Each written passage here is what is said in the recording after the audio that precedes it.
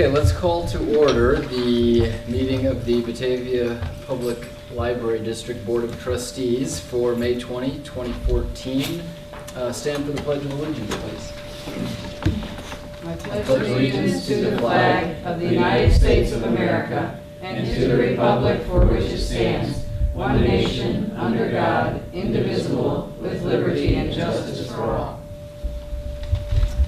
Okay.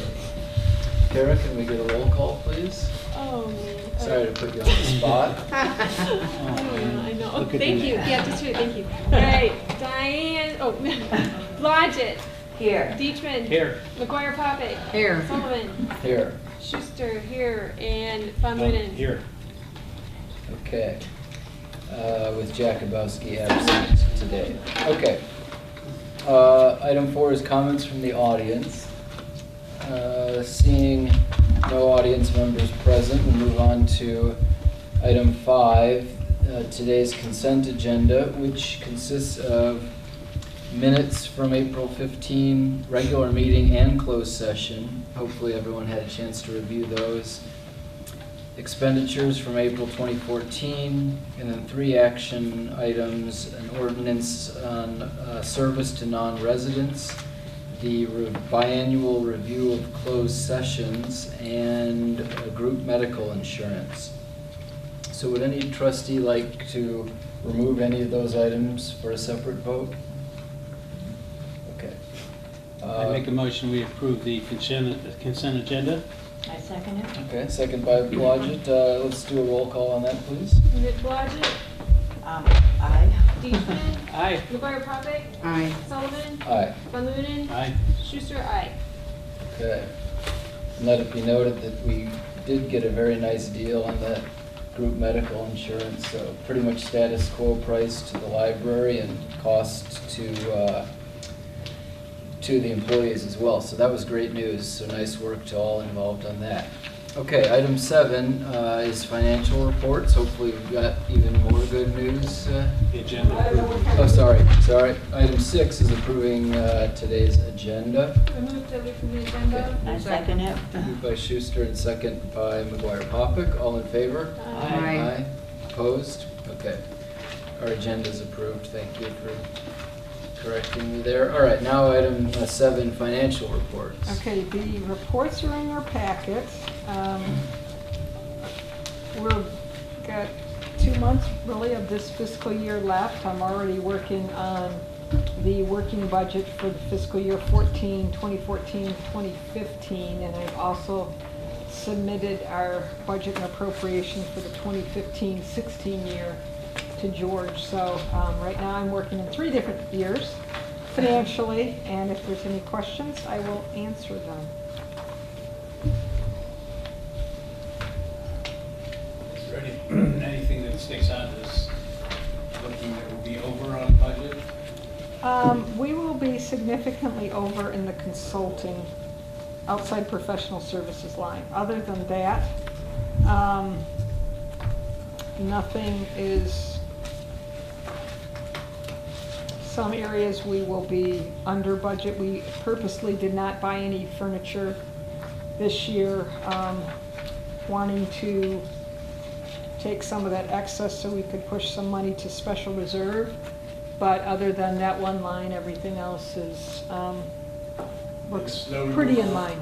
Snow removal was... Yeah, we're fine. The maintenance fund actually looks like we'll have a slight surplus because the snow finally stopped. And probably our monthly expenses in that account went from about 10,000 to about 3 after the snow removal was done. So yeah, so we're on target for the year even to have a slight surplus in that fund, which that's good news. So. I just would like to make a comment that I really appreciate the staff effort to reduce costs wherever we've been able to reduce costs, and with the telecom and other things that you all worked hard at doing, and I just want to commend the staff for that effort. Right. Thank you, Francine. Yes. Okay. Any other questions for Joy? Okay, thank you. Okay, President's Report, item 8. I've got just two things this evening. One being I was happy to participate in Batavia's Loyalty Day Parade, first Sunday in May, I guess that was. Kudos to Michelle Martzel, who put together some very creative props for the parade walkers to carry. So hopefully everyone who participated, including a couple of trustees, enjoyed their day there. So thanks for the staff and the trustees who helped us out that day. Second item is I'm glad to report that the community survey that we undertook this year, gauging the pulse, if you will, of our residents and our patrons, is now complete, and we can move on to the retreat where we're going to really kick off that strategic planning process. So that will take place 2 consecutive evenings in the first week of June. So hopefully that works for as many trustees as we can get there. And do we have unanimous participation? I think we have 6 out of 7 because of prior travel. Okay. All right. So look forward to everyone's input at that important planning session. Okay. George, you made a note here about committee meetings for 2014. Is it, that was just related to the note I sent out. Since the first night of the retreat falls on what is normally a committee night, I had sent out a revised schedule, and I just put it here just as a okay. I forgot that I put it there, but thank you. Okay. So I guess I'll just remind everyone to check your email for an updated committee.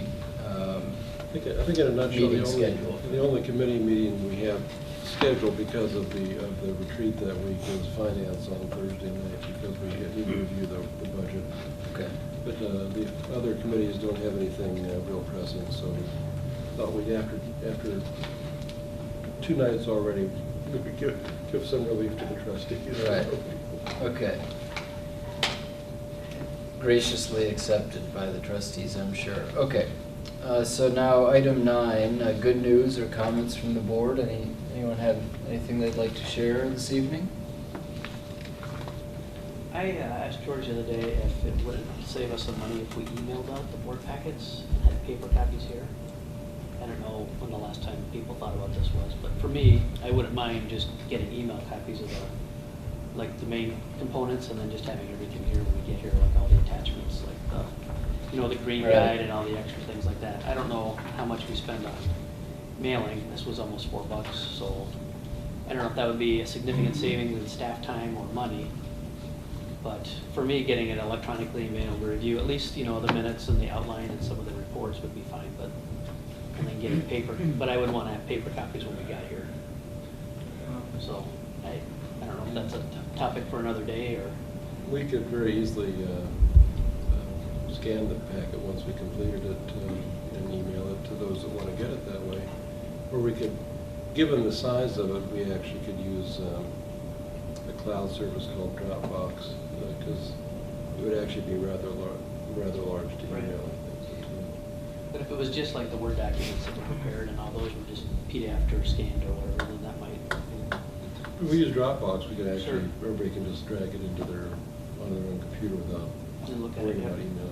Are there any software compliance issues? I'm on Excel still, so I don't know if that is an issue with Dropbox or... No, Dropbox will take any format, but what we would do is scan it into a PDF format, which that's the perfect format for any computer to open things up. So it wouldn't come to you as Word or Excel or Basically a picture. Yeah, that way it'd be easier to open up that way. Well, the only other comment I would like, or more like a request, is that we do get them in advance, because if we do get, anything we get the day of or the day before, sometimes I don't have time to review. But we'd still send them out and we could mail them to those that want to get them mailed. We're going to produce them anyway for the board meetings, so you have things to write notes on. Right, you usually mail them on a Friday, right? Our target is always to have them done on a Friday, and we deliver them to the post office on a Friday, so that hopefully most people get them on a Saturday, although it hasn't always worked that way.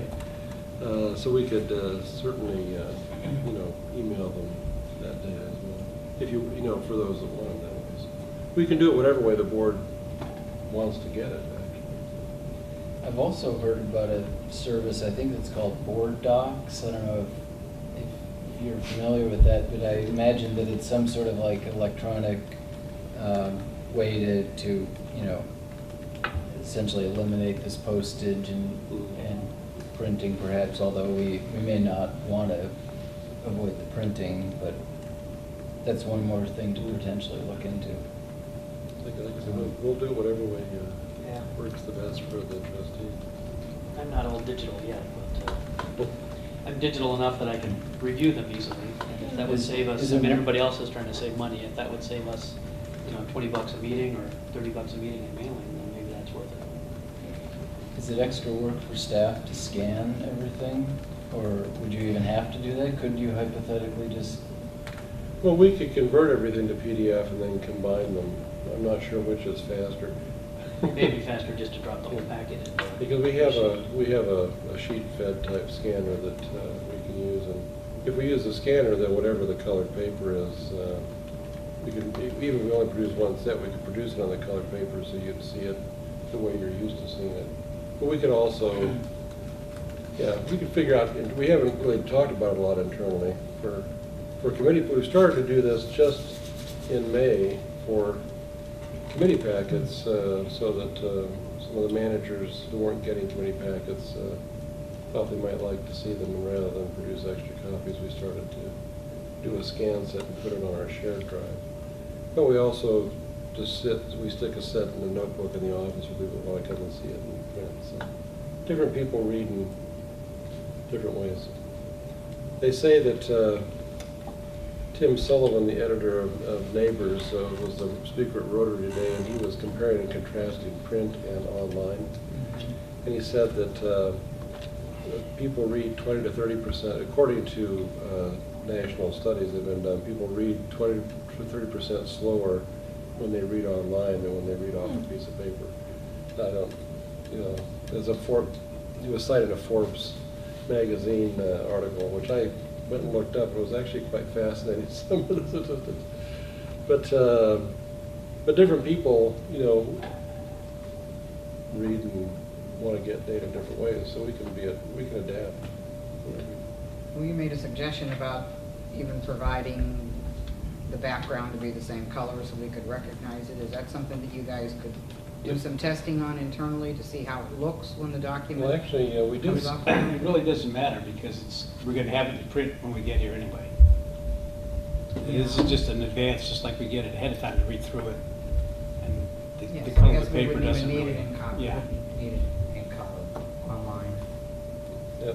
Kathy did the committee packets that way this month. It was our first test of this, and I think it turned out okay, didn't you think? Yeah. No problem.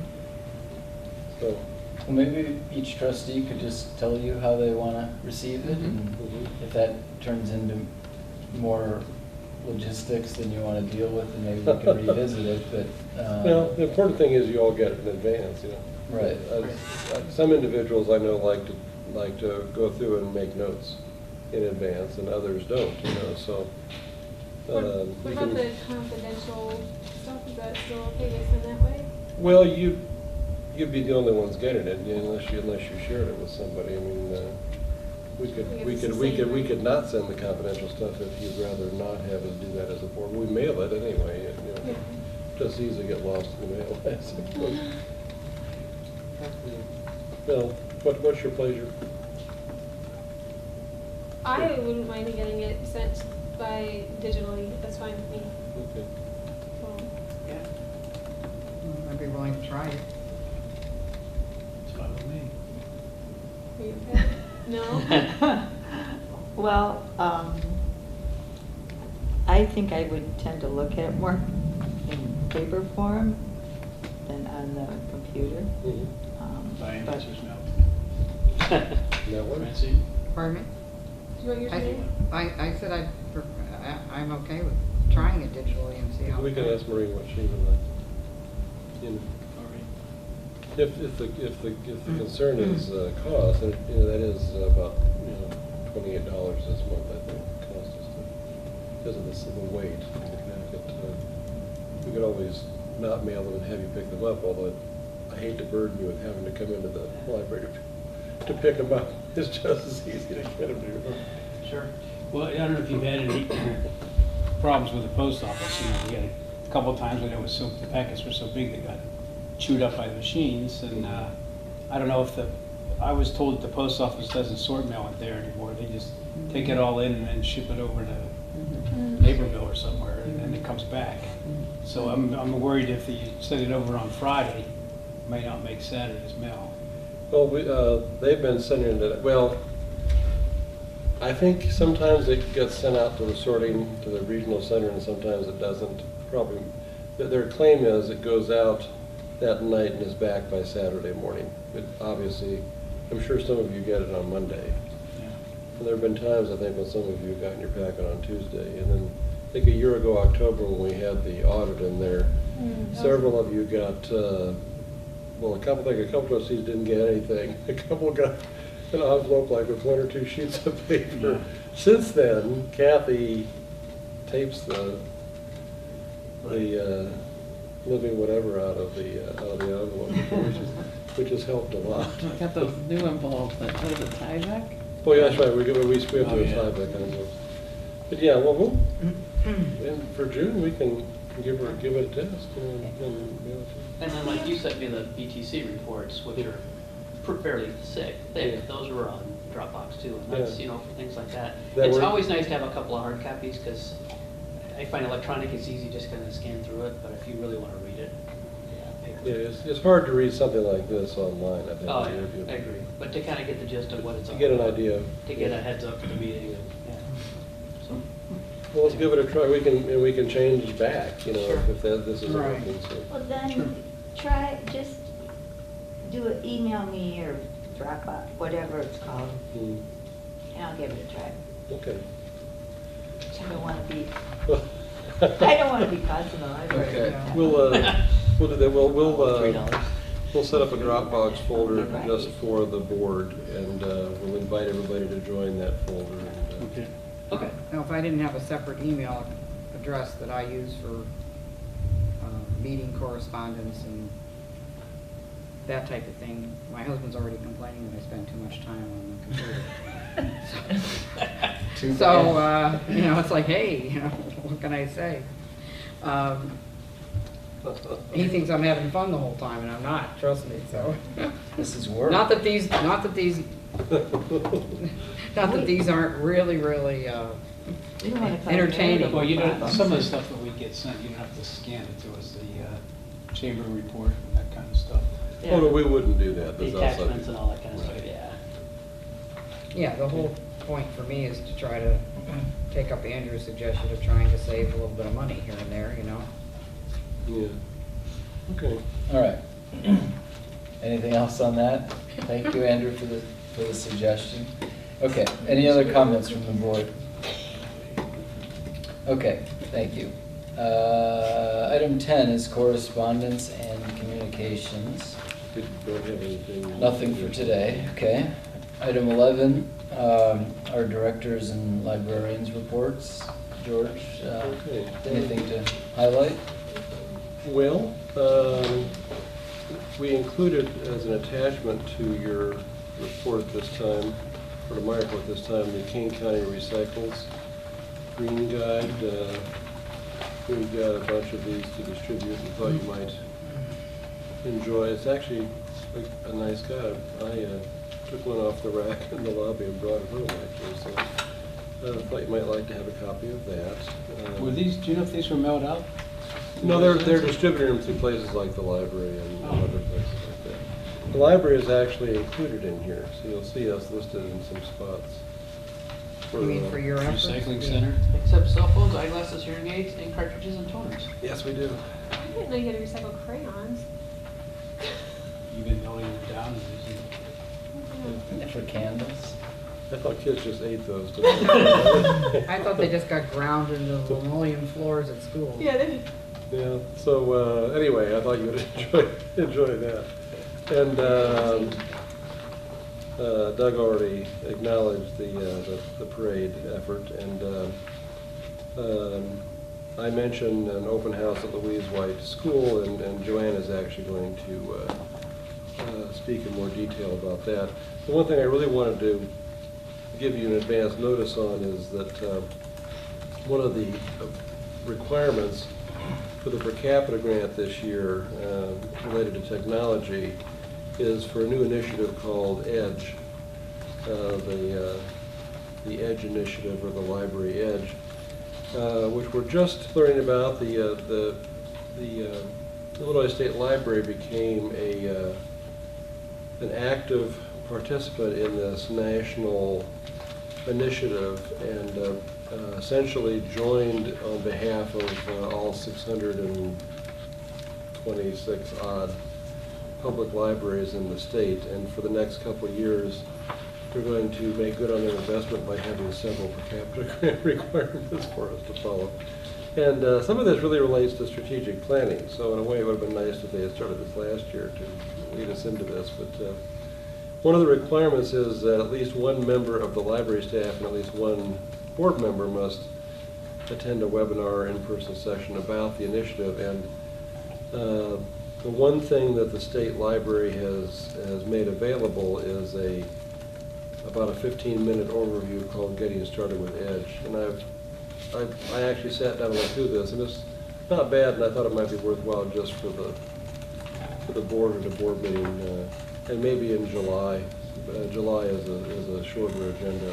June tends to be maybe a little bit bigger agenda, but with my evaluation and everything. But Okay. if you have no objection at the July board meeting, we'll have that as part of the agenda. Okay. Other than that, Joanne and Stacy have something for us. Okay. Welcome. We also talked about the minutes. Well, it was a joint meeting with finance, so it was actually a rather full and varied agenda. We Right. talked about Strategic planning, funding. funding, the master plan, Right. several different topics. Yes, a full agenda indeed. Okay, questions for Andrew? Okay.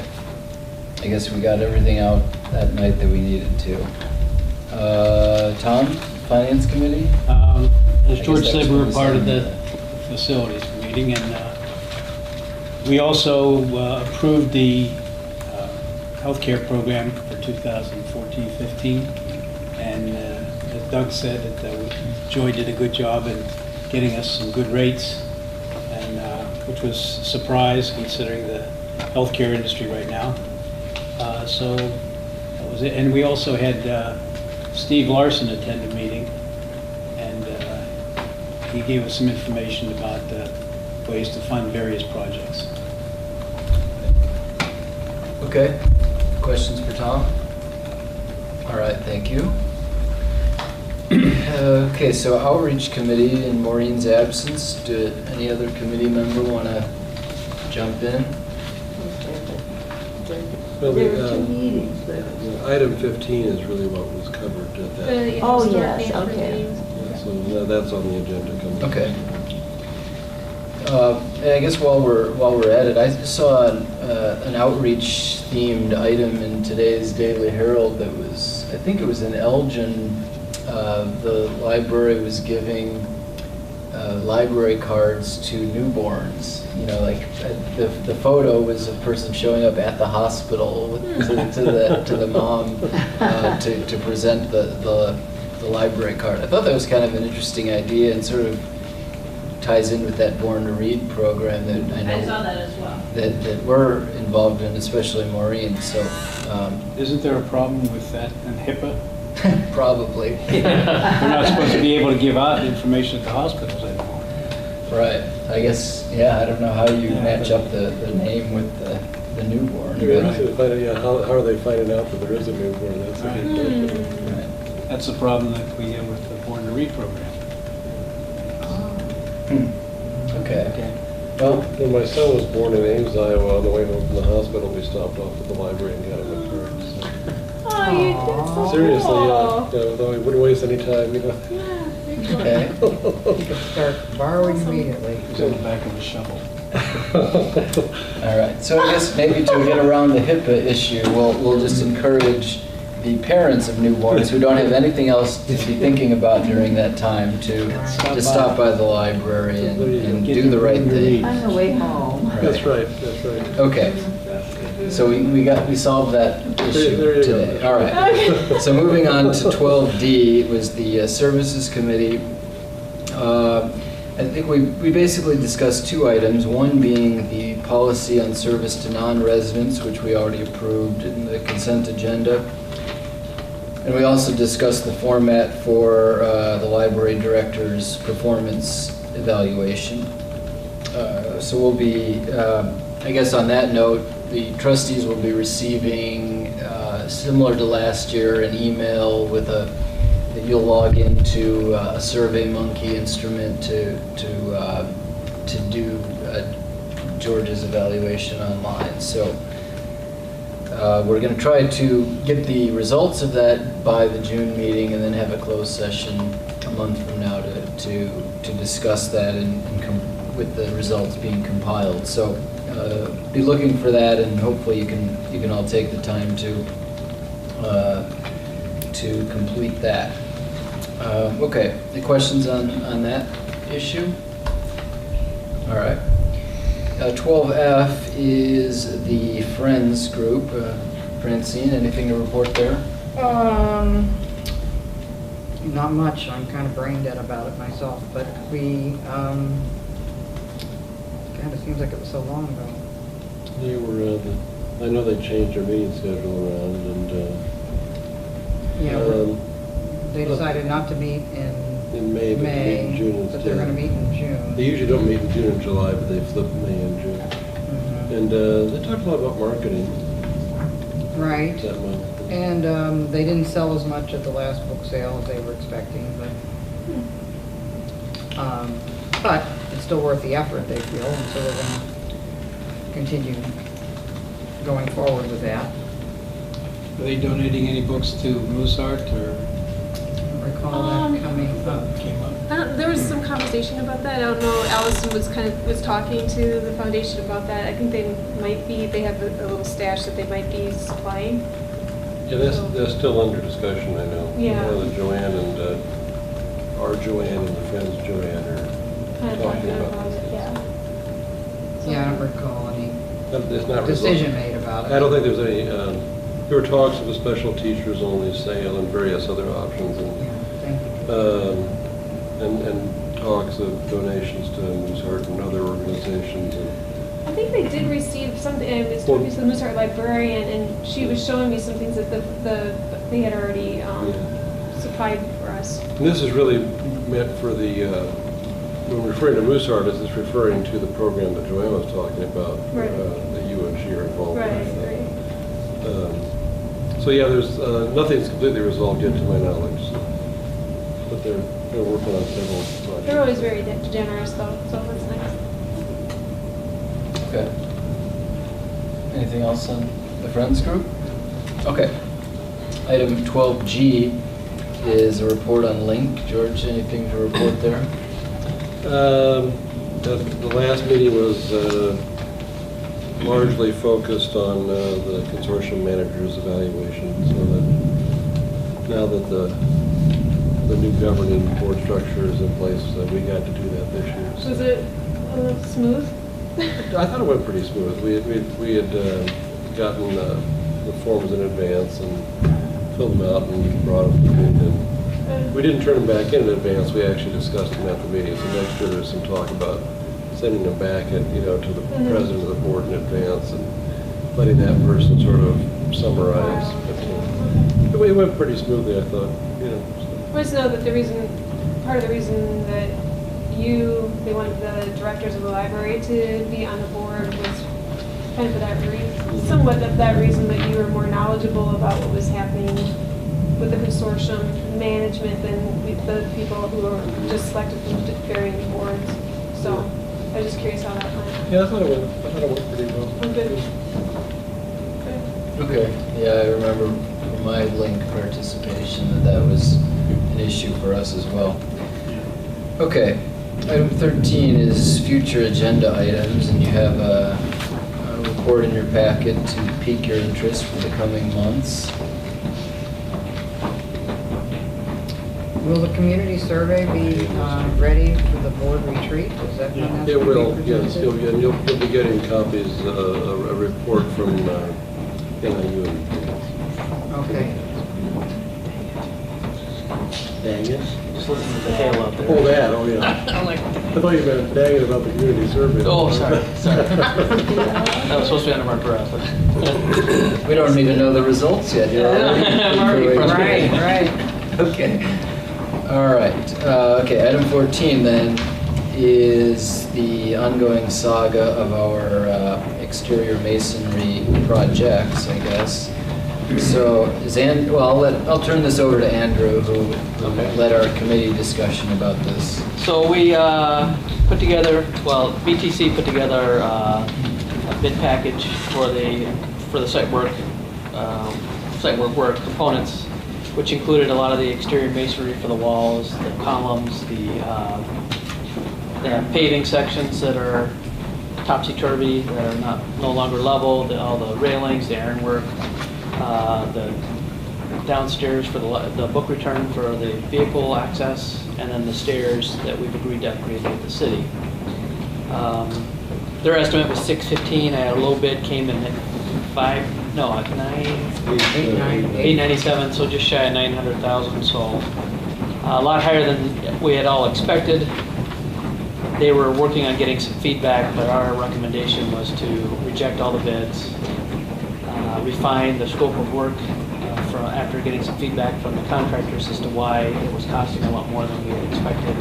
Whether it was that the scope of work was poorly defined, or if it's just that there was that much extra effort to do what we had asked in the project.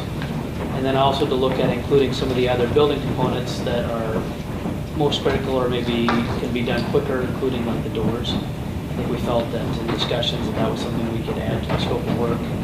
It would involve some masonry and other trades that would be on site anyways for some of the other buildings. So, by adding that, and then the sealant joints, which is related to the doors, that we could put it back out to bid at a time when contractors aren't as busy and would be more willing to give us a better price on the work. And the letter from BTC came in shortly after 5 o'clock today. You've got in your packet, and they've got a chart that summarizes all the bids in comparison to their cost estimates. But I thought they did a really good job summarizing the process and evaluation. They really had 3 potential bidders that declined to bid for various, what sounds like legitimate reasons, but that would have bid at another time. So that, since you just got this, if you'd like to take a couple minutes and just read through it. Sorry, that's in the board packet? No. So it was handed out. The minutes. Oh, in with the minutes? Okay, thank you, sorry. That's all right. There it is. All right, thank you. I have a question, because I'm not used to like this idea of, like having the consultants, do this work for us. I mean, obviously I understand why, but it seems like they should, and I don't want to talk badly about it because I just don't know anything about it, but should they have not anticipated that this might have been an issue? Which, That they were going to come back with higher bids, or that there would be some disparity or in between some of these things? yeah, I think that they were surprised by the bids, and probably embarrassed by Then the we fact that hire their them to estimate like was. not be surprised about this stuff? Yeah, Yes. you know, yes, you do. And as an engineer, you hate it when your estimate is the low bid, especially when it's. I know, 6 I could months. tell he was embarrassed by somewhat, about the Right. situation and that he was kind of felt like he was on the hot seat, but I just, And he kind of think explained in he his was- letter here a little bit about the fact that, there's some things in here that were out of scope, or that were a little bit different than what they had originally put their estimates together. I don't think, their estimate should have been better. I mean, there's no, They have a good track record on their estimates on other projects. It was just this one that just seemed like they threw them when they got the bids in. They were very surprised at them coming in like that. In my conversation with some other library directors that work with them, this particular situation did not occur in other projects. So whether, several possible reasons for the disparity were discussed in the letter, and but I suspect a lot of it was the timing, and maybe that should have been in anticipation. to be off by 10 or 20% is not good, but to be off by 50% that's a significant difference. I mean, that's. my other comment about this situation is that I think it's important that, I think Francine brought this up at the committee meeting, that, we really need to take in consideration, have a list of the things that we do want to pursue in the future as far as like what's, the safety of the patrons is probably utmost, and, making sure that we're conserving energy with whatever we're trying to, and looking for the long term, so. Well, what worries me is it calls into question the estimates that they put together for the second project. Right. So what we talked about at the meeting was to come up with a viable plan that we think is viable, that, and put it out for bidding in November. One of the things that we felt was that the timing was bad because they probably are pretty much booked for the summer at this point, and they could be a little high. In other words, just to, if they want us to do the job, then we'll do it, but they're gonna pay for it. So one of those, if we do it in November, it'll be like the first bid's out there, and we may be able to get a much more accurate bid in on it. And then we can combine the two projects and pick out what we want out of both projects. George, I would like to see them revise their estimate for. Well, I think they should. And I was interested to read in their letter that that some of the changes in the design that came out of the repair design phase, and you would know more about this than I would, Andrew, since you're in that business, but I'm sort of surprised that when they were completing the repair design, that they wouldn't have, because of what they were discovering, actually revised the cost estimates at that point. Yeah. They did revise the cost estimates when the corner project was added, but they didn't, revise it when they identified some of the structural issues with the columns and things like that might have helped. I don't think that was the whole difference, but it would have certainly helped, I think. Yeah, sometimes if it's just a minor cost on one item, or even just on one item, then you kind of figure, well, that'll get washed out with all the others. We've got our contingency in there. Yeah. I think they had a 10% or 20% contingency, so. Yeah. But, and I don't know where the steel costs were compared to other stuff. I know that in the past, when, things were booming 6 years ago, steel prices were crazy, and it was impossible to get quotes for that were being held, but I don't know what it is these days, what it's like, so. I didn't have the time to run it on the color chart to, run across each line and to see what some of the disparities were. I think he called out some of those big ones in the letter, but I think they and we can learn things from how the project was bid before, and that'll help us, I think, maybe do some reassessments on this. So. I was thinking back to my days when I was a vendor bidding and installing telephone systems. And I was looking at item 1 on the second page of the letter, the third item one, the second item one on page 2 of the letter, where he said the ease or difficulty of each line item can vary from a contractor's perception. And to me, that seemed like something that should have come out in a walkthrough or something, you know, that you wouldn't have had that disparity in whether somebody thought they needed a 3-man crew or a 6-man crew or whatever. But and then also, it almost felt like the economy's getting better, so let's raise the price on these items. That's kind of what it felt like to me, but that's just, I have no substance to back that up with. But. Well, allow me to take Kara's point one step further and ask the question for maybe George or Andrew, who knows more about this than I do. I mean, do we still trust BTC to give us the right information in the future, or do we need to think about splitting ways with them? Does anyone have any thoughts on that? What kind of contract do we have with them right now? We don't have a contract. We don't. Yeah. Okay. Well, they've accomplished the terms of the agreement thus far that we've had with them. At this point, there's nothing else that they're in line to do under our current agreement until or unless we trigger the next steps. Okay.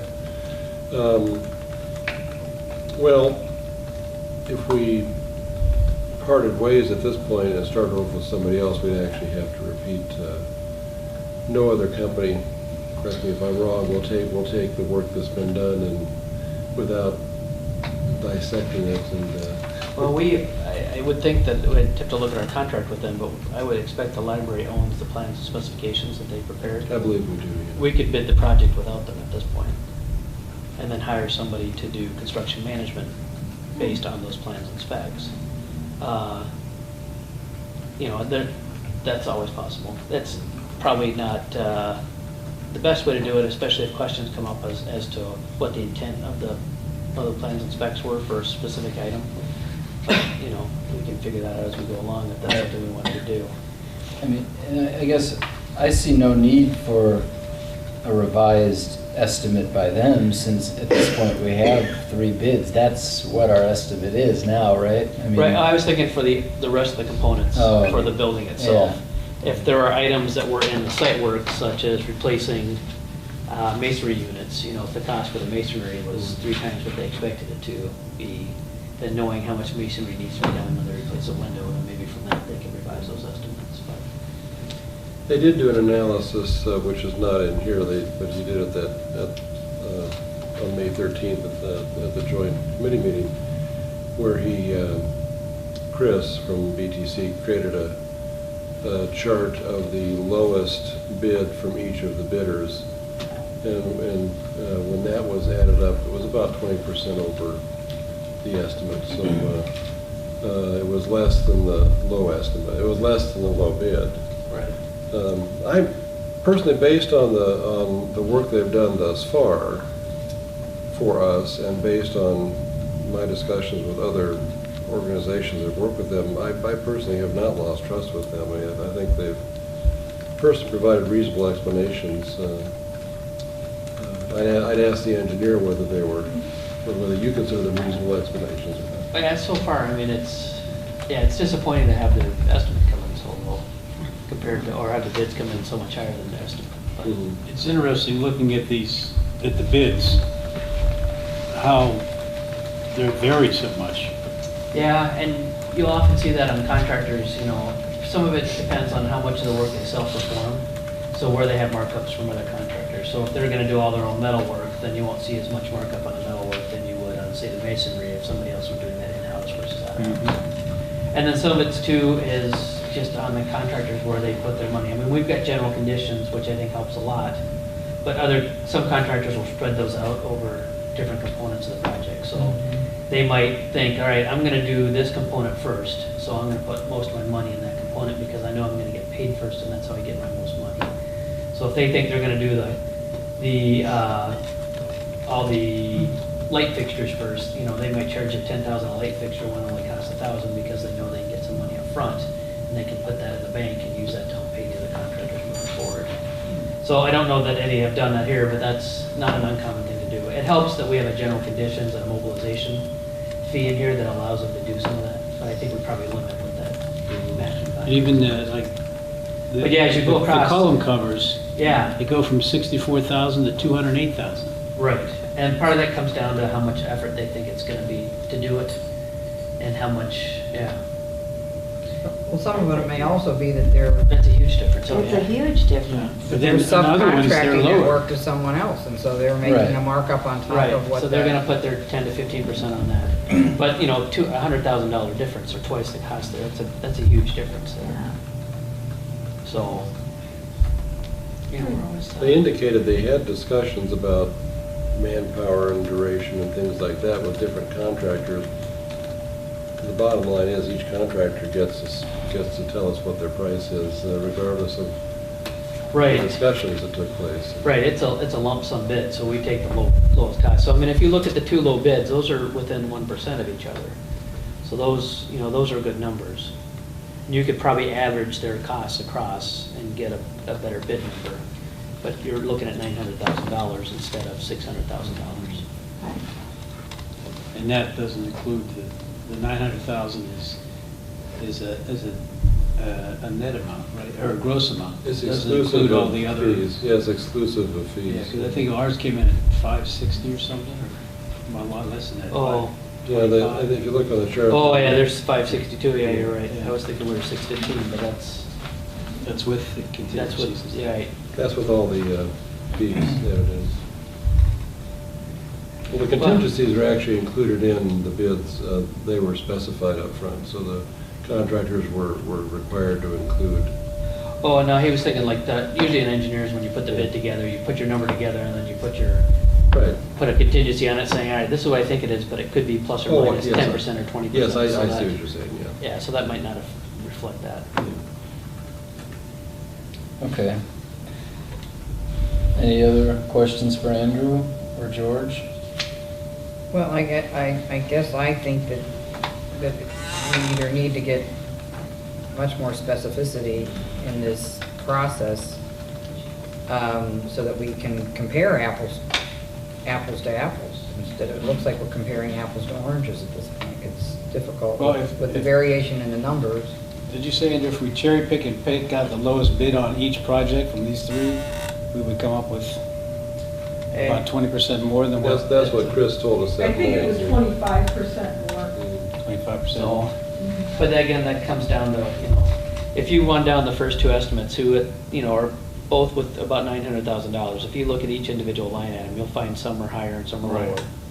And like, you know, again, that probably depends on who's using what subs and what they're self-performing. So, you know, they've got the second bidder's got the columns at 100,000, the first one's gonna be 65, but I'm sure as you come down, you can find something, you know, the first bidder has the handrails at 85 and the second one's got them at 30, so, I mean, that kind Is of balances. there a way that we could, when we review this again, combine the two projects and pull out like metal workers and the concrete workers and the projects that way, or do you? We can bid more things as alternates. Individuals? Yes, yeah, I think we could organize the bidding packages so that we could have the right to add or drop things.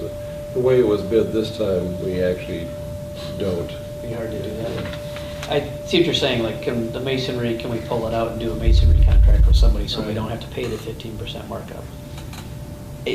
I think it's hard to do because a lot of these are interrelated. Like, if we wanted to hire a contractor just to do the foundation work, then we could do a bid for that. That would be an easy thing because it's just concrete. If we wanted to have somebody come in and replace all the metal railings after everything else was done, then that would be, you know, an easy one. But I don't know that there's a lot of markup on that, and I suspect that the costs on that are such that we'd still have to go out to bid on those. Is it 20,000? So, you know, I think it's gonna be more than that, so we've still gotta put it out to bid, which means a bid package, and by breaking it up, that's more engineering time, so if you're spending an extra 10% on markup, or if you're spending that much money on engineering fees. So many things are connected to get to the cladding on the walls, you have to take off the caps, and take off the caps, you have to take off the pipes.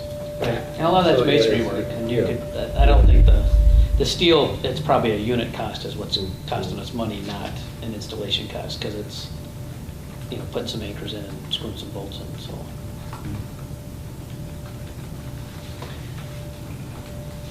Okay. Well, we do have a recommended motion here. Andrew, do you concur with what's presented here? Yeah, I think we should reject the bids. I think it's just too much for us to do right now. I think we need to kind of regroup. I think adding the doors, I think we had in discussions decided that that was the piece of the building work that would give us the most bang for the buck, because right now there's light that comes out of some of the doors. They don't seal as well just because, you know, building's subtle.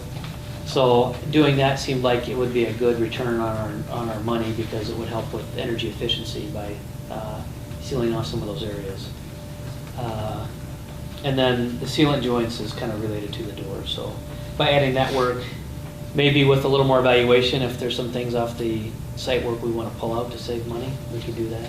Yeah, I think that's what I was meaning by refine. You know, I think Right. there may be some things that we end up not wanting to do, that are easy not to do. The drive up is an example. That's like a completely independent unit. Sure. Not that I don't think that's important, because we get a lot of complaints about the drive up, but that's a piece that is not. Oh, that's more of a convenience side. We were, you know, we talked about Yeah. safety and Integrity. repair. Integrity, yeah. Yeah, we've, Those are the two things. We've got an agreement with the city. Yeah. It would be nice to complete the corner if we could, just To do to, that stair. just to fill our half of that. Is that a biddable project there, just doing that? That could be pulled out all by itself. All the components that are there are also included, you know, in all the walls and Right. things, but we could certainly do that separately. And that's sort of what I mean by refine, they've identified several things in their letter that I think need some refinement. And as we move forward, they would have to do the repair design on at least those two components, doors and sealant joints, and in the whole process we can. Is that something we want to do this year? I don't think we can. I think The doors? well, the dilemma is the bidding. If the companies that are bidding on this have enough work that either they're not bidding, 3 of the 6 didn't bid for various reasons, but one of the reasons for the biggest company was Bully and Andrews, was that they have enough work. And then the second company was they've got so many contracts that they've exhausted their bonding capacity, which is the same as saying you've got too much work. And the third one was an allusion to an internal conflict. Well, it happens that the morning that the bids were due, they decided they weren't sure how to interpret what our bonding requirement was, which is something that Roger Ritzman, includes a special section on, and they weren't able to, get an answer, and so they decided not to bid. So that's almost like a snafu on that company's part. So I don't know whether those bids would have been better, but. Right. One of the things, sometimes, and I don't know what the other commitments for these companies were, but anybody that's doing work on schools, that's all done over the summer while the schools are closed, and that's all quick, get it done. You gotta do it while the kids are out of the school, while nobody's in the building. So if we did want to rebid this, if we waited for taking bids or till after school starts, so September, mid-September, then we would probably, we would have a better chance to get more contractors, so. I'm just thinking about the door project would be a good one to do by itself. Yeah, I agree. I think it's an easy piece to pull out of the other package. Well, the other And thing that is- hasn't been bid yet. No, It hasn't part of the been other- designed and I don't yet, think right? I don't The think there's a lot of design design, works and I frankly I don't know how much design it needs. I don't know if it's. It needs enough to issue bids. Well, we need enough to Yeah. define what doors we want. To specifically say, you know, this make, model number or equal, and it has this components, you know, like keying systems, all those kind of things. You know, are we doing the sliding door here too? I don't believe it includes the sliding. It was just door. the regular doors, right? So, you know, those are fairly straightforward, but you want to call out what size windows are, if they got safety glass or not, if they're tinted or not, colors, all that kind of stuff. So, you know, it's a document, I'm not sure, and then maybe a couple of cross sections for drawing. So it's pretty straightforward. It probably wouldn't take a tremendous amount of effort to put that together.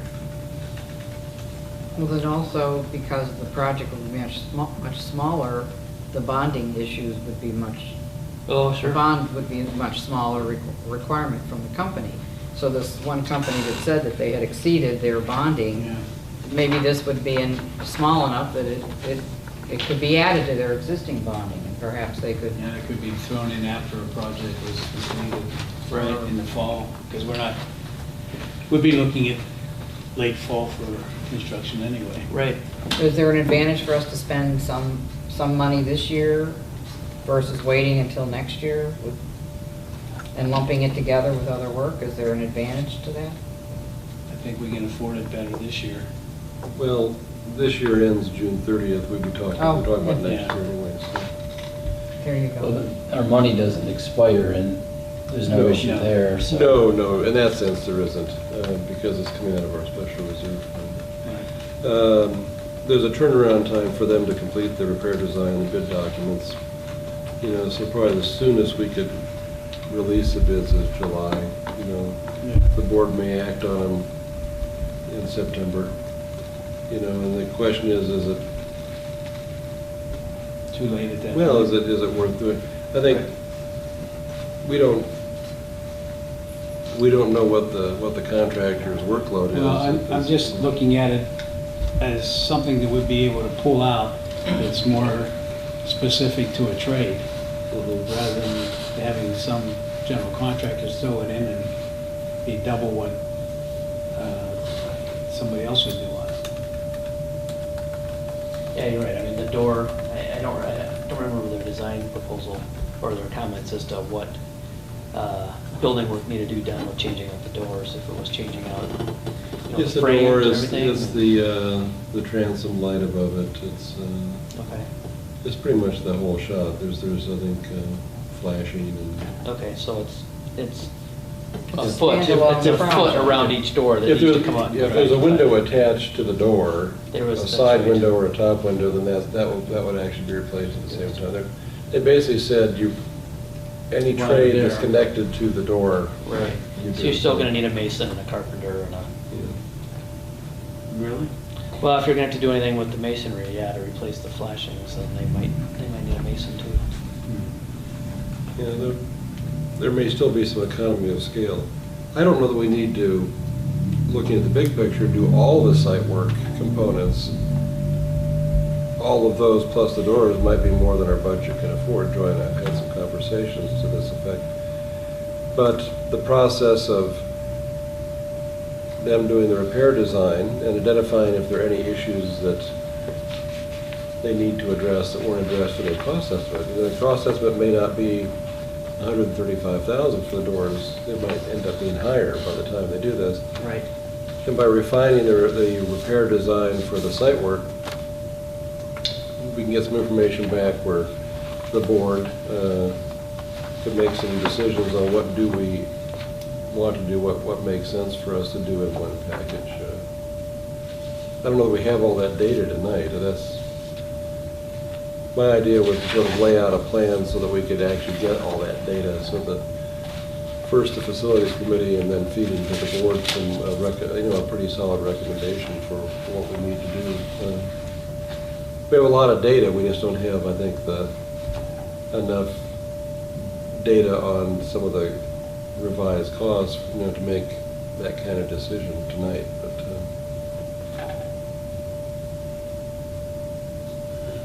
Right, I agree.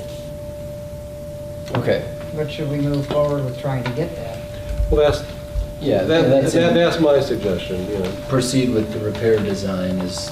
But for all of those elements, or just the ones that we feel are safety issues, or Well, for the facade, I pulled out doors and sealant joints because they were more affordable and they were tied together. Mhm. And the board had previously talked about that.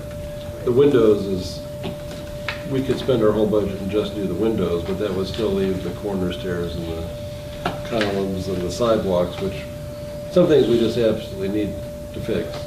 Right. Even if we do, we're gonna do some temporary fixes to, to get us through to next year.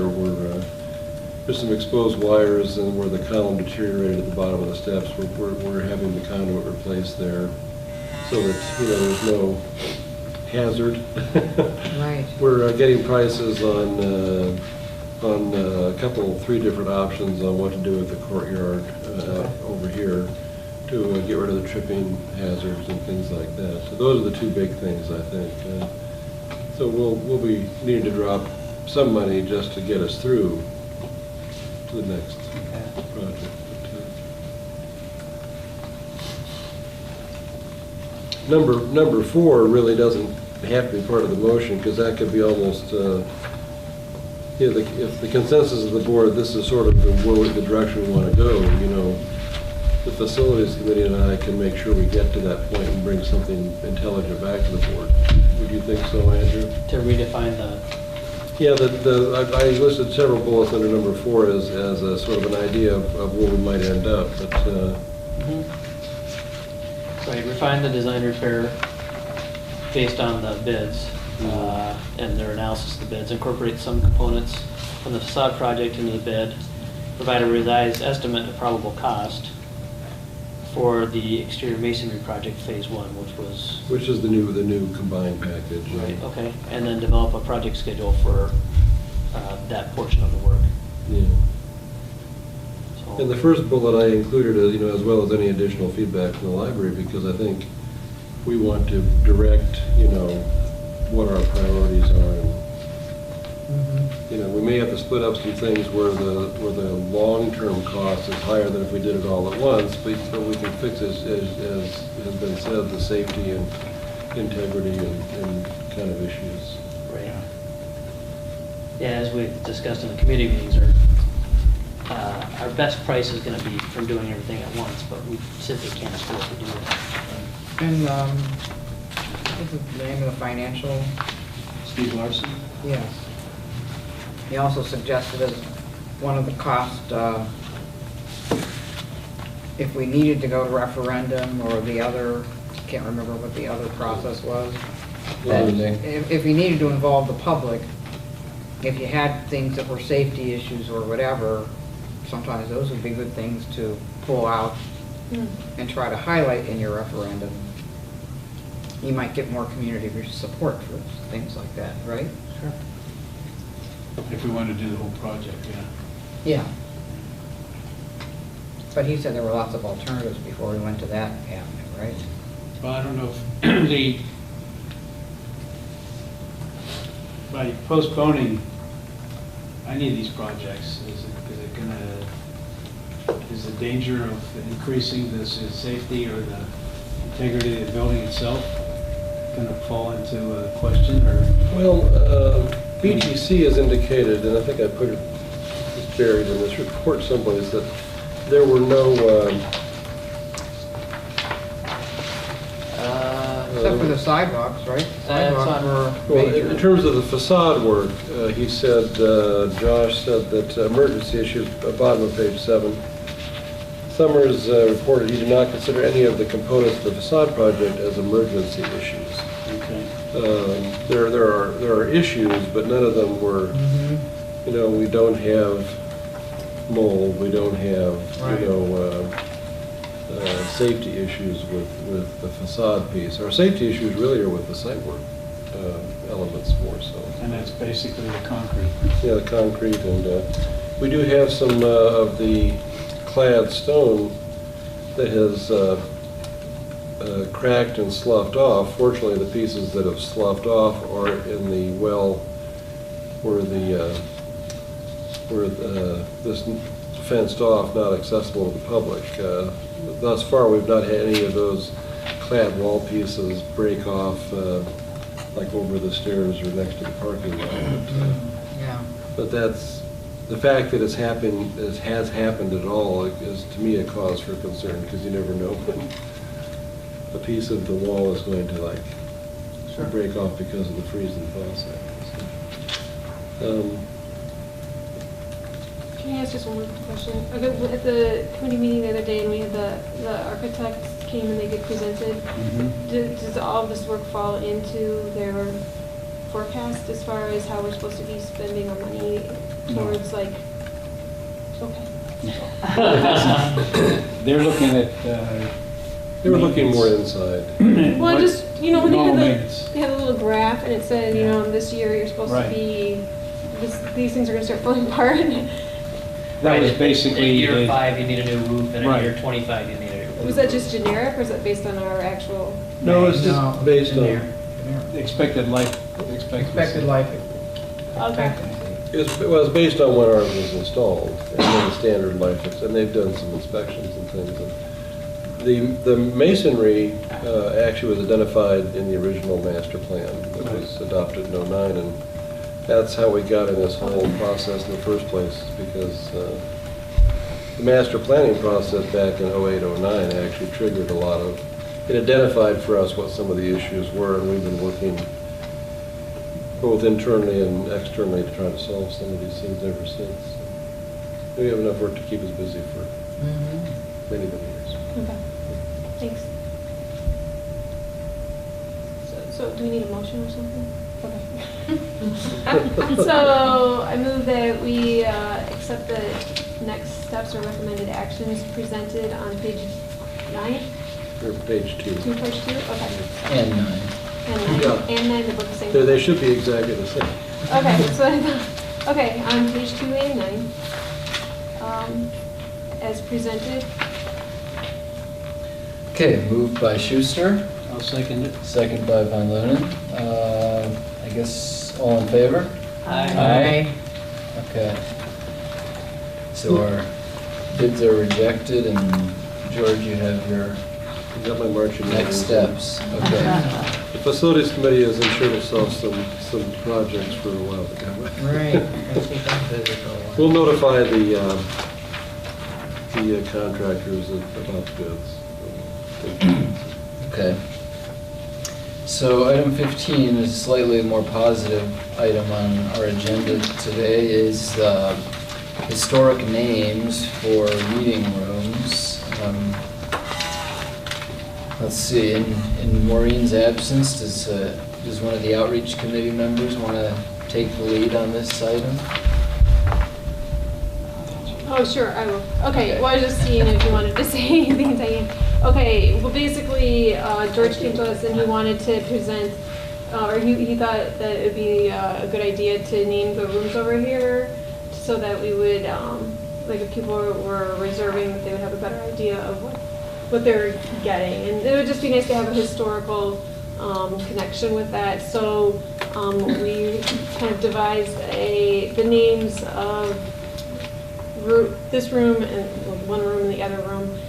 And what are they? Oh, Van Nortwick? Van Nortwick and Yes. And Newton. Yeah, and Newton. And then both of them together, if you choose to check out both of the rooms of Founder's room. So Okay. that's what we came up with. Okay. Is there a fee for that? we don't. Oh, this is a rights? good question. Okay, right, because we did have that discussion. So we were like, well, are any Van Nortwick family members still alive? Could we like ask them if they'd like to donate some money? But I guess after some discussion, it is that we can name those rooms as such, but that if, as a board, we decided that somebody came to us and said, hey, you know, we'd like to give you $50,000, and we say, oh, you know, and they want their name on it, then it's okay. We can make that change. Okay.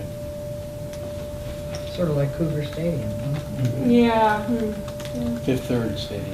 Yeah, that's But I like Van At Nortwick. Engstrom Field. Angstrom Field, right. But isn't Van Nortwick room better than like Pepsi room or? Well, I don't know how much is Pepsi offering. No, $1.6 million? I mean, Yeah, we could get that. there you go. Right, You have to worry it all. $897 sold. Yeah. Right. So anyway, I move that we accept this motion to change have rooms named as such. I Okay. second it. Second by Blodgett. Any discussion? I read through the suggestions here and your discussion, it sounds like you guys talked it through and it sounds like you did. Good idea. Yeah, I like Good it. Okay. choices. All in favor? Aye. Opposed? Okay. Our meeting rooms are hereby named. Thank you. Okay. Item 16, can I hear a motion to adjourn the regular session and recess into closed session? So moved. Okay. Second? Moved by Francine, second by Von Lunen. All in favor? Aye. Okay. We're adjourned at 8:26. Are we going to No, be we're coming back recessed. into? There's no reason for us Barbara's to, thing? Barb, you won't need to wait. We just come back long enough